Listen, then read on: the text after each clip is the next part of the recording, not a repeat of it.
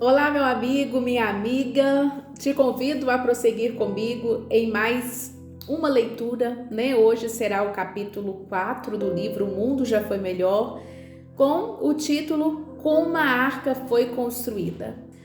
Dá o joinha se você está gostando do vídeo, ative o sininho para você receber todas as notificações, se inscreve também, né, no canal, compartilha, tá bom? Se for possível, faça isso. O capítulo de hoje, né? Como a arca foi construída.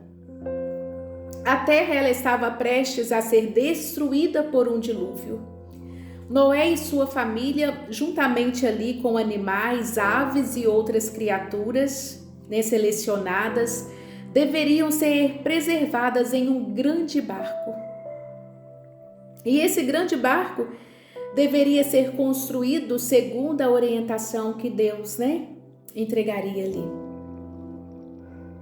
Noé deve ter empregado alguns carpinteiros e Matusalém e seus filhos ajudaram por algum tempo. Mas Matusalém, entretanto, morreu no ano do dilúvio e seus filhos aparentemente perderam a fé e abandonaram o projeto. Quando Noé estava ali advertindo, as pessoas, os vizinhos ali a respeito do juízo vindouro, ele ouvia chacotas, zombaria, porque para eles essa ideia era uma ideia estúpida. Um barco em terra seca, até então, não tinha havido chuva.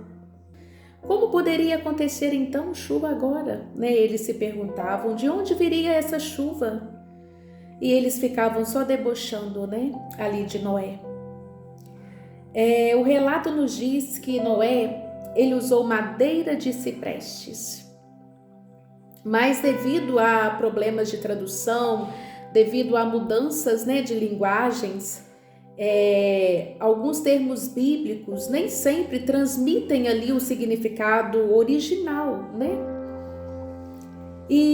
Mas sem dúvida, o autor relata que sem dúvida Noé, ele tinha árvores de madeira muito resistente para poder estar escolhendo ali para a construção da arca.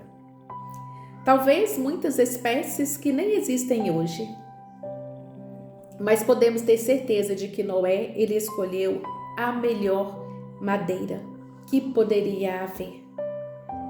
É mais provável que Noé e seus filhos utilizassem machados, serras, para acertar ali os troncos das árvores de forma muito semelhante a que os lenhadores faziam não muitos anos atrás. Os índios americanos, habilidosos como eram na caça, no combate e na construção de cidades, tesouros nas Américas do Sul e Central, ainda não tinham pensado em roda. No tempo em que Colombo chegou ali ao continente. No entanto, surpreendemo-nos com aquilo que foram capazes de realizar sem esse invento básico. Noé e seus ajudantes realizaram grandes coisas com simples instrumentos, seguindo cuidadosamente as instruções de Deus. A falta ali de engenhosidade do povo ao tempo de Noé era compensada em tempo e em força. Esses homens, eles eram poderosos, gigantes, que mediam 3 a 5 metros de altura. Eles podiam facilmente lidar com toras de madeira, que para nós seria um feito formidável. Imagine eles trabalhando. Imagine Jafé cortando uma árvore com seu machado de ferro, elimina ali todos os ramos, carrega o tronco para o local onde a arca está tomando sua forma. A arca era enorme, mesmo para os padrões de nossos dias. Entre as instruções dadas a Noé, a arca deveria medir 300 côvados de comprimento por 50 de largura e 30 de altura. Um côvado mede aproximadamente 50 centímetros. Estudos a respeito das medidas das pirâmides egípcias levaram os arqueólogos a acreditar que o côvado, no tempo em que as pirâmides foram construídas, mediam cerca de 57 centímetros. E Moisés ele foi educado nas escolas do Egito. Portanto, é possível que ele tivesse essa medida em mente quando ele escreveu o livro de Gênesis. O côvado egípcio nos daria medidas aproximadas de 170 metros de comprimento e 29 de largura e 18 de altura.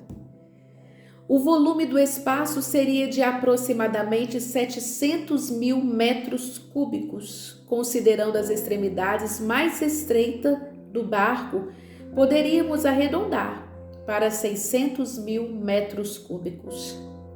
A área total ali do piso, nos 3 andares, seria cerca de 40 mil metros quadrados ou, com desconto, cerca de 30 mil metros quadrados.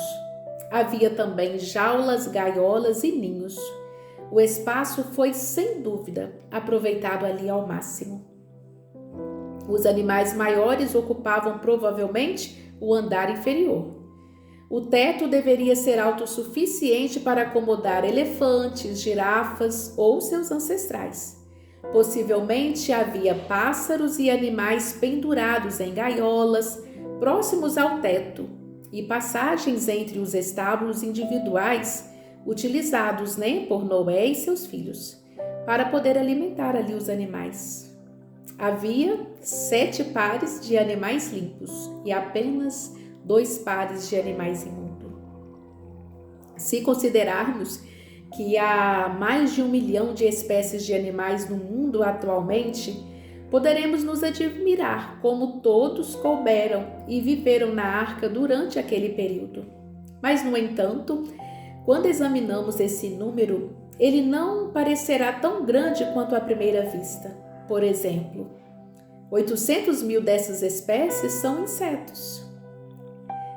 Além disso, apenas as formas de vida animal criadas por Deus foram colocadas na arca. Os animais que ainda vivem e se intercruzam vieram provavelmente da mesma espécie original do Gênesis, uma vez que cães, raposas e chacais se intercruzaram, eles poderiam representar apenas um par de animais na arca. O mesmo poderia ocorrer com a família do veado, do gado, do antílope e outros, respectivamente.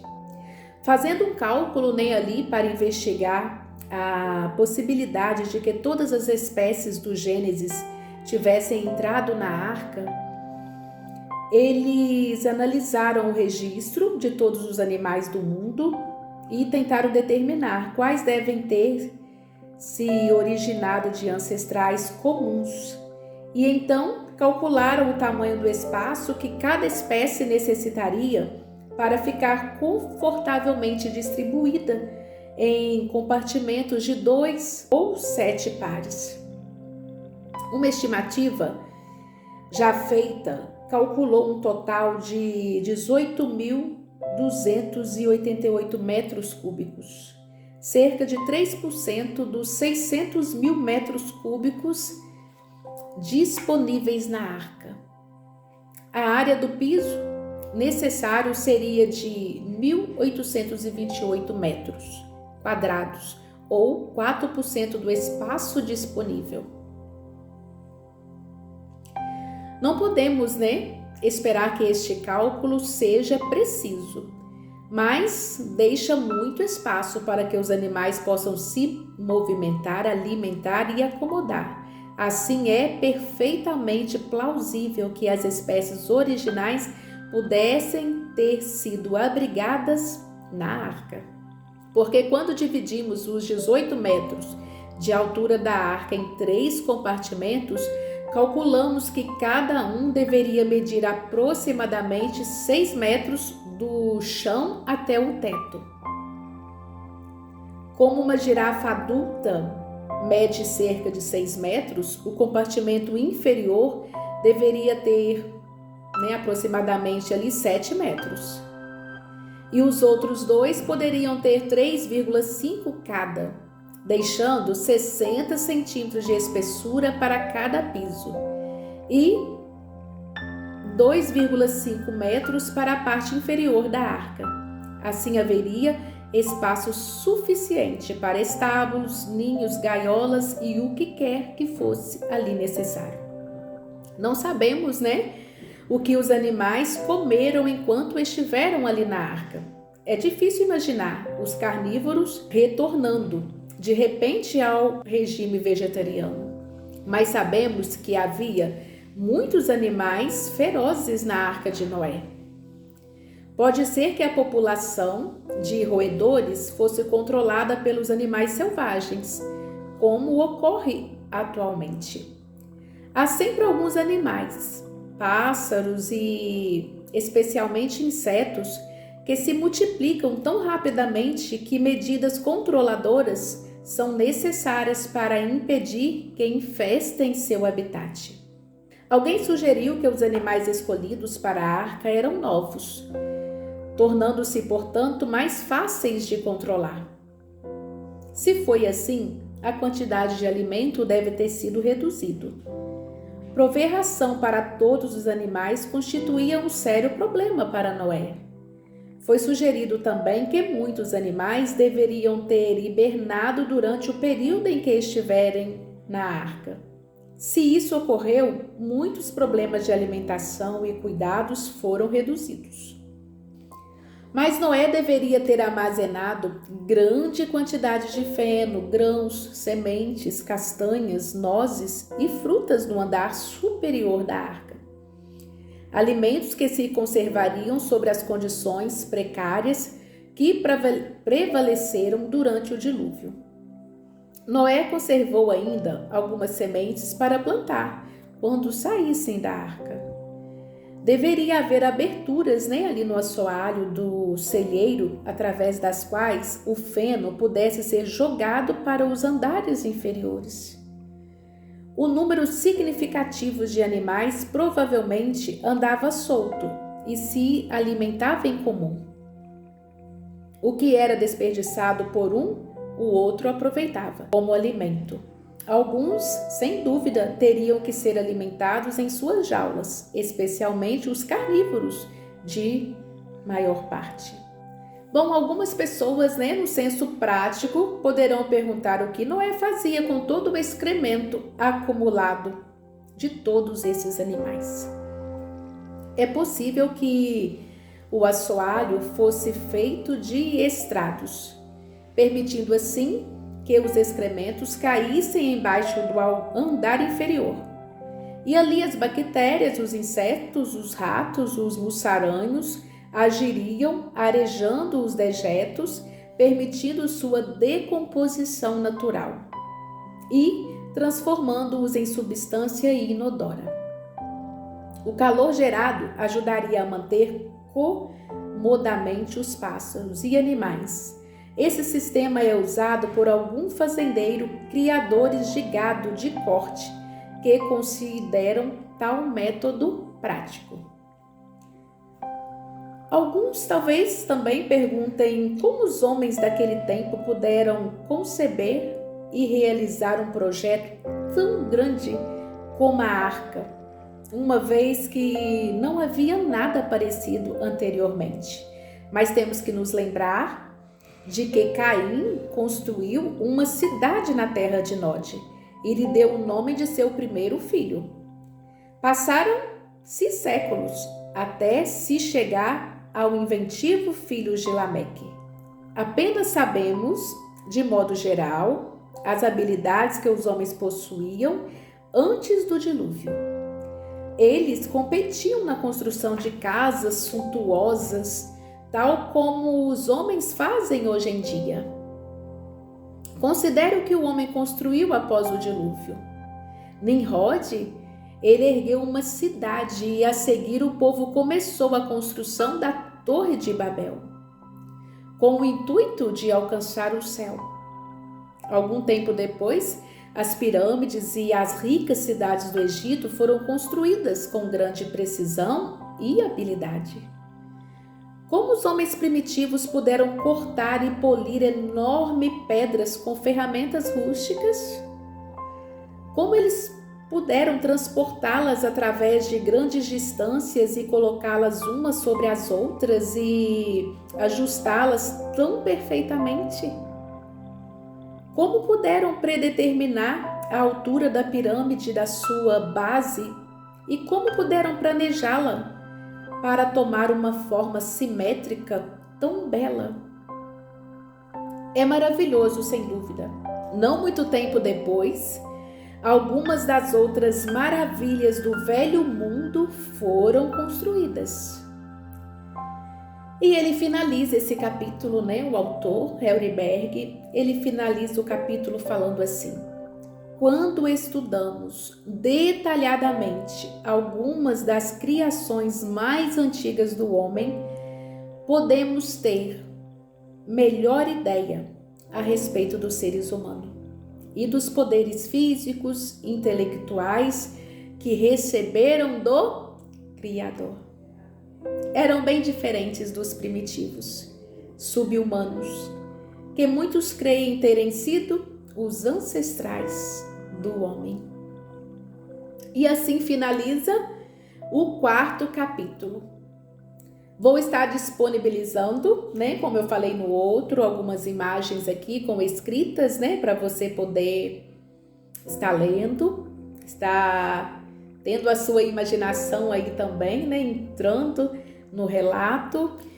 E como eu disse no começo, se você gostou, se está sendo relevante para você esse conhecimento, se é algo novo que você está aprendendo, ou se você já sabia sobre esses temas, mas está novamente aí abrindo a sua mente, falando ao seu coração, fazendo você entrar aí, se aprofundar mais um pouquinho da nossa história. Compartilha esse vídeo, tá bom? Dê o seu joinha, se inscreve no canal, compartilhe o vídeo e espero você para o próximo capítulo. O 5º capítulo será Fogo na Lua ou Terra Inclinada? Aguardo você para mais uma leitura.